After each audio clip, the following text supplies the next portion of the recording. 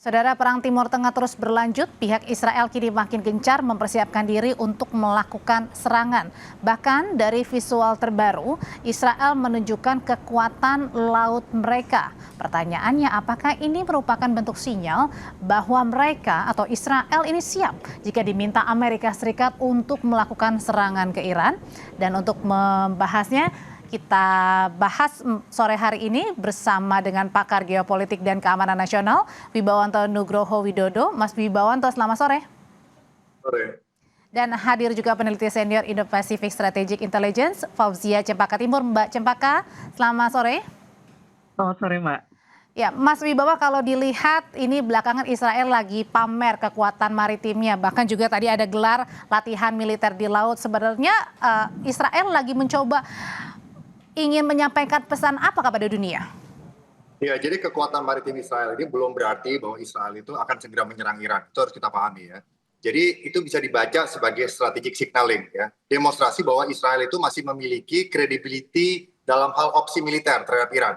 Namun dalam situasi konflik seperti sekarang ini yang sangat dinamis, demonstrasi kekuatan itu juga bisa berfungsi sebagai preparation untuk eskalasi apabila diikuti oleh indikator militer lainnya. Jadi ada 7 poin yang harus kita perhatikan di sini. Pertama adalah kekuatan maritim itu adalah strategic signaling. Kehadiran dan pergerakan kekuatan maritim tidak semata-mata ditujukan untuk perang. Bisa juga digunakan untuk kemampuan proyeksi kekuatan, deterrence atau penangkalan, atau fungsi-fungsi intelijen dan surveillance, menjaga akses maritim, atau juga menunjukkan kepada Iran bahwa opsi serangan masih terbuka. Jadi intinya adalah Tel Aviv bilang kami masih memiliki kemampuan dan pilihan untuk menyerang. Bukan berarti pasti menyerang. Yang kedua adalah kita harus bedakan, Mbak, antara kapabilitas, signaling, dan decision. Kapabilitas, iya, Israel itu memiliki kemampuan militer untuk menyerang Iran.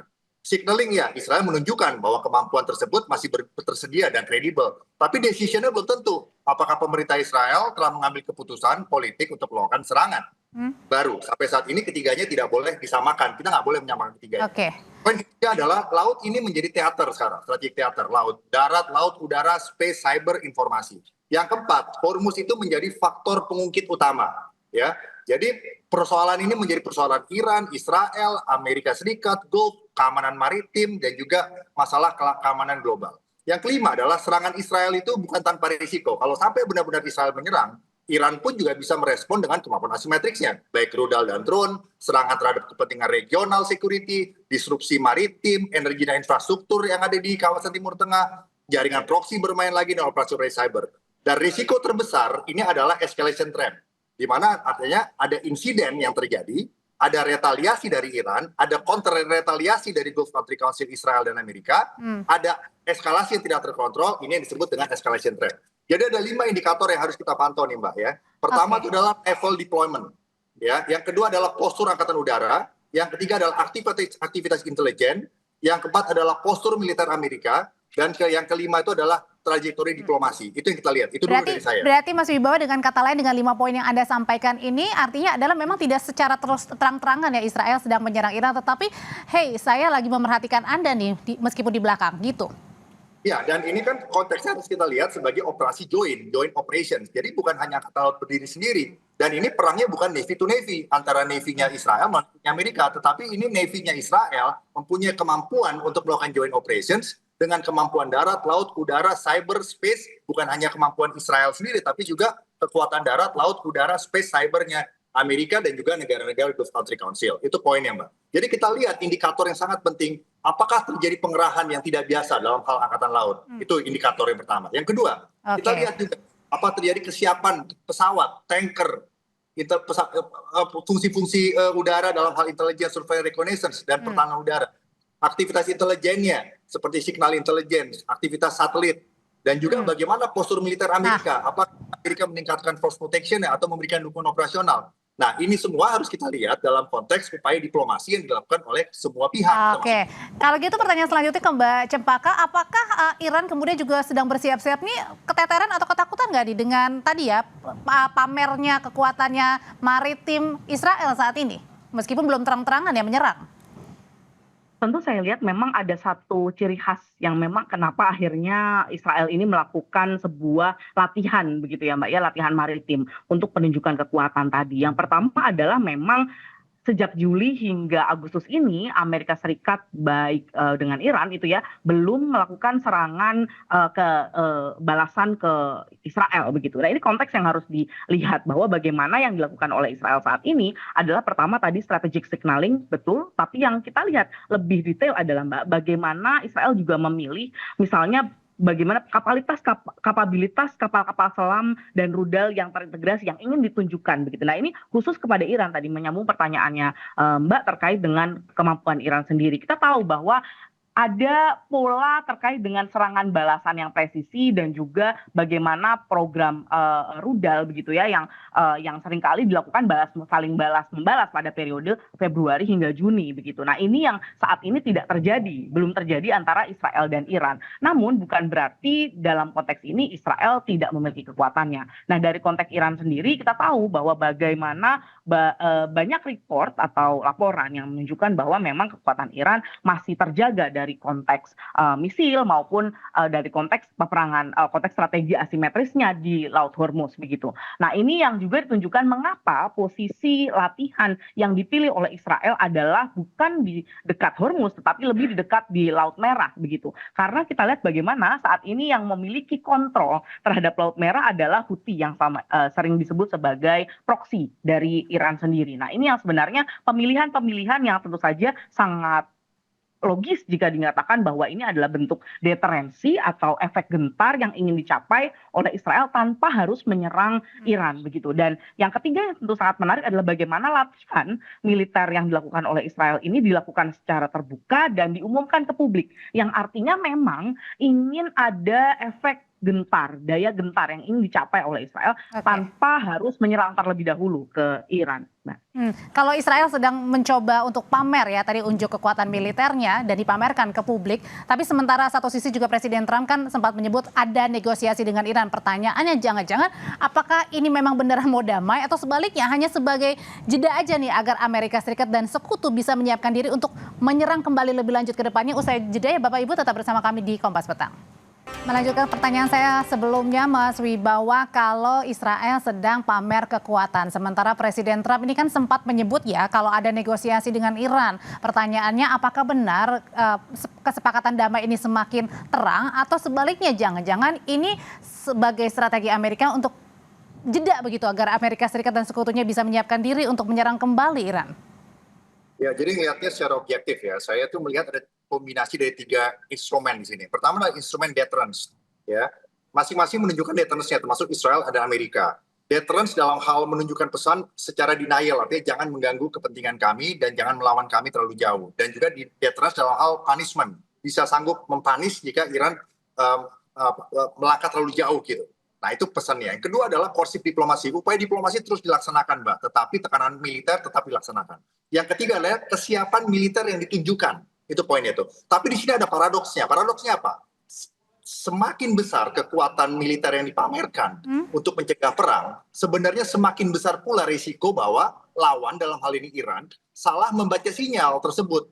Akhirnya dianggap sebagai persiapan perang. Jadi intinya adalah bukan hanya apakah Israel itu mampu menyerang Iran, ya, apakah Amerika itu mengambil waktu untuk jeda, tapi lebih kepada kemampuan itu ada. Bukti mereka untuk menyerang berhenti juga ada. Jadi pertanyaan strategisnya yang kita harus awasi sekarang ini adalah apakah kapabilitas tersebut sudah berubah menjadi keputusan politik. Ya. Itu siapa yang bisa menerjemahkan arti-arti ini nih Mas Wibawa? Kita harus baca indikatornya Mbak. Kita harus lihat ya. Jadi ini bukan hanya mengenai pergerakan kapal perang. Kita harus melihat juga pergerakan kekuatan udara dari Amerika dan Israel dan juga negara Gulf country. Kita harus lihat aktivitas intelijensinya. Kita lihat aktivitas operasi cyber, pergerakan logistik dan dukungan Amerika Serikat serta arah diplomasi itu. Jadi gabungan dari itu kita harus melihatnya secara jeli gitu. Nah, karena risiko terbesar saat itu bukan kadar perang, tapi akhirnya deterrence ini berubah jadi eskalasi gitu loh. Yang tadi saya bilang jebakan eskalasi gitu poinnya. Oke, kalau soal jebakan eskalasi, pertanyaan berikutnya ini perangnya makin terbuka lebar, makin panjang atau justru sebaliknya ini makin mengerucut, akhirnya kesepakatan damai mungkin saja tercapai dalam waktu dekat, Mbak Cepaka? Kalau saya lihat memang untuk damai yang sifatnya lebih long lasting tentu masih harus berproses ya Mbak ya. Tapi memang dalam konteks ini kita tahu periode Juli sampai Agustus ini tidak ada serangan ke Israel. Namun Israel tentu tidak ingin kepentingannya juga tidak terwadahi. Nah ini hal yang dilakukan tekanan pada saat kita tahu saat ini ada negosiasi yang cukup intens terkait dengan substansi antara Qatar dan juga Oman dan juga Iran sendiri yang tentu saja kita sangat berharap ini keluar dengan sesuatu yang sifatnya substantif dan teknis terkait dengan Selat Hormuz sendiri, Mbak. Nah, ini dalam hal ini menurut saya apakah akan melebar? Tentu kita lihat bagaimana apakah dinamika deterensi yang ingin disampaikan oleh Israel justru dibaca oleh jangan lupa Iran dan juga proksinya. Dan ini yang akan sulit sebagai undangan untuk mengeskalasi juga. Begitu. Nah, ini kalau dibaca demikian, maka tentu saja bukannya perdamaian yang kita akan dapatkan, justru malah akan mendapatkan eskalasi yang lebih besar di makin lebar. Betul, Mbak. Oke, nah kalau gitu pertanyaannya kalau mau damai ini kira-kira siapa sih pihak yang paling berperan saat ini, Mbak Cempaka? Ya, kalau dari saya melihat memang tentu saja dari Amerika Serikat dan juga Iran begitu ya. Nah, tentu poin-poin namun kita tahu sumbat paling besarnya adalah terkait Selat Hormuz dan saat ini negara seperti Oman dan juga Qatar telah membantu. Qatar sendiri lebih spesifik bicara tentang pencairan dari dana beku frozen asset yang dimiliki oleh Iran. Sedangkan dalam konteks Oman sendiri itu bicara tentang bagaimana apakah jalur selatan dan jalur utara yang selama ini masih juga menjadi sumbat dan masih menimbulkan akhirnya serangan dari pihak Iran maupun dari pihak balasan dari Amerika Serikat yang akhirnya menimbulkan double blokade ini bisa kembali menemukan jalan tengah. Dan salah satu statement yang dikeluarkan oleh pemerintah Amerika Serikat sendiri melihat bahkan kita tahu Trump menyatakan bahwa ya beberapa hari lagi akan terbuka begitu. Nah, optimisme ini sebenarnya dari hasil dari negosiasi yang sifatnya substantif tentu saja, bukan hanya sifatnya diplomatis di atas kertas. Dan sebenarnya memang saling serang ini yang terjadi dari deterensi dan juga serangan yang dilakukan oleh penunjukan kekuatan dari Iran juga sebenarnya untuk tentu saja untuk meningkatkan konsesi hasil dari negosiasi yang saat ini sedang dilakukan bersama dengan mediator dan juga interlokutor lain, Mbak. Kalau Trump ini sempat menyatakan bahwa sebentar lagi negosiasi akan tercapai, Mas Wibawanto, tapi kalau kita lihat kan memang Presiden Trump ini kadang bisa bilang A, besoknya bisa bilang B, tergantung dari moodnya Trump sendiri. Nah, kalau yang Anda baca sebenarnya memang ini benar-benar kesepakatannya memang benar-benar tercapai dalam waktu dekat atau justru sebaliknya bisa jadi masih jauh nih? Ya, jadi ini ada multivariate variabel, Mbak. Jadi saya sudah bilang tadi ada 5 variabel paling tidak. Jadi kalau indikator-indikator militer dan indikator politik yang 5 tadi itu bergerak secara simultan, probabilitas serangan itu akan meningkat secara signifikan dan bisa salah baca. Tadi saya jelaskan itu adalah apakah dalam hal naval deployment, apakah memang terjadi pengerahan yang tidak biasa. Dan juga kita harus lihat Air Force posture ya. Jadi jangan hanya apa yang disampaikan Presiden Trump, tapi kita lihat indikator-indikator ini gitu. Apakah terjadi peningkatan kesiapan pesawat tempur, tanker, intelligence, surveillance, reconnaissance, dan juga pertahanan udara. Dan aktivitas intelligence, satelit, surveillance, dan lain-lain.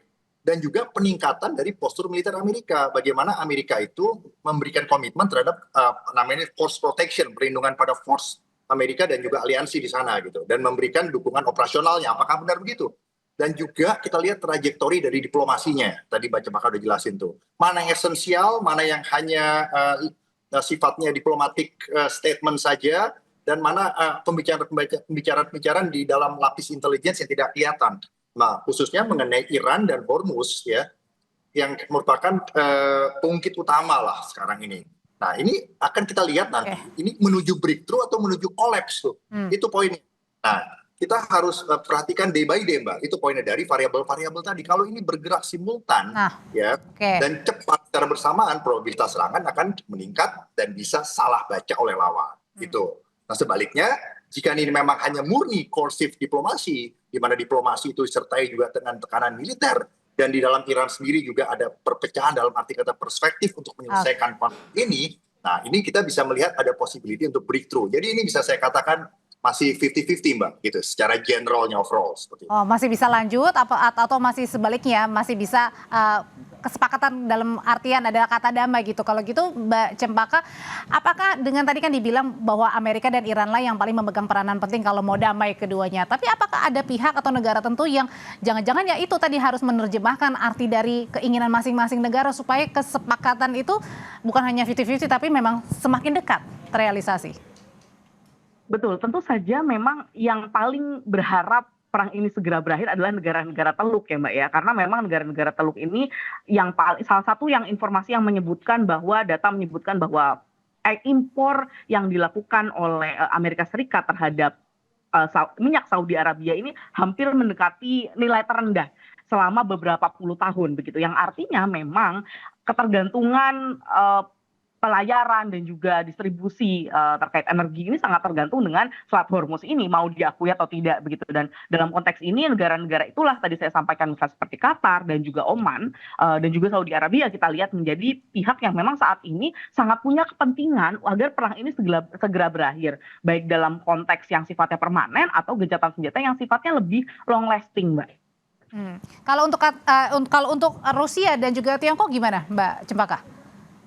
Betul, kalau kita lihat memang ada statement begitu ya, kita lihat perbedaannya dari versi Februari hingga Juni adalah statement yang dikeluarkan oleh Rusia dan Tiongkok ini lebih sering Mbak, dan lebih sangat detail. Misalnya seperti statement terkait dengan Hormuz gitu ya. Sebelumnya kita tahu statement yang dikeluarkan oleh Tiongkok dan Rusia atau Tiongkok ya lebih banyak itu sifatnya strategic ambiguity, artinya ambiguitas yang sifatnya strategis, memang tidak ingin terlibat lebih jauh begitu, tidak ingin terlihat terlalu mendukung Iran dan lain sebagainya. Tetapi saat ini statement yang dikeluarkan oleh Tiongkok lebih sangat spesifik tergantung tadi yang disampaikan oleh Mas Wibawanto, yaitu day by day development. Nah ini perubahan yang berbeda begitu. Kenapa? Karena memang saya lihat strategic interest atau kepentingan nasional negara-negara ini sudah mulai terganggu baik secara ekonomi maupun stabilitas politik begitu, sehingga statement tadi sepertinya memang perlu begitu ya dikeluarkan oleh Tiongkok begitu ya. Sedangkan kalau Rusia sendiri kita lihat bagaimana salah satu kapal yang